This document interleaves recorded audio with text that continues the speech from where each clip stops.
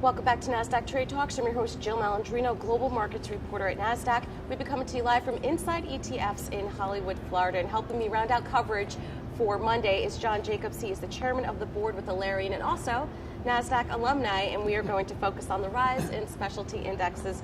John, it is great to see you as always. 2019, do you think we're going to see a rise in specialty indexers? Absolutely. I think it's been a trend that's been going on for a while. I think partly because passive investing is a long way into its run now. So the Spiders launched in '93. The Qs are coming up on their 20-year anniversary next month. So I think a lot of the broadband, a lot of the more broad indexes have been very well handled in the marketplace, and I think specialty indexes, we're seeing huge demand for that in our firm alone. Would you say that specialty index providers, they tend to focus on the higher barriers to entry? Yeah, I think I look at it, higher barriers to entry mean it's more deep research. So it requires a lot more manual work, I think, to do the specialty type of indexes. You need to have a unique data set, or you need to be mining things down much further. You're not going to screen this. This isn't going to be done by a computer.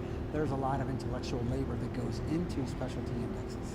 Well, what are some of the key themes that you're getting from Inside ETFs? Because there have been a number of very discernible trends that I picked up on. Sure.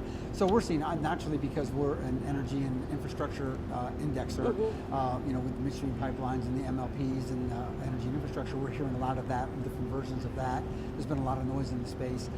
ESG is very strong right now, absolutely. Emerging technologies, whether it's cyber or some of the other blockchain or some of the other technologies are what we're hearing about. So it's a lot of those kinds of things are the themes that we're hearing over and over. What about active management? I've heard that come up much more than I did in 2018. Yeah, I think it's because I think every panel is required to ask that question. I've seen it. It's active versus passive. Active is growing. It's never going to be what it's never going to be the biggest part of the passive world, active management, but I think it has its role. I think it has its place.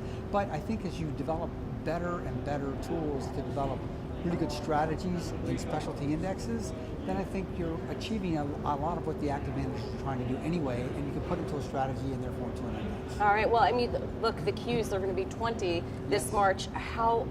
Did you ever think that ETF growth would be as robust as it is? I like to say I did, but no, I did not. I had no idea it was going to be as big as it popular.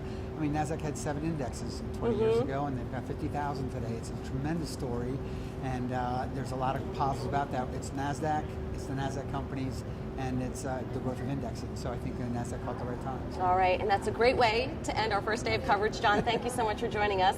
And thank you for joining me. We will be here for day 2 at Inside ETFs in Hollywood, Florida tomorrow. I'm Jill Malandrino, Global Markets Reporter at Nasdaq.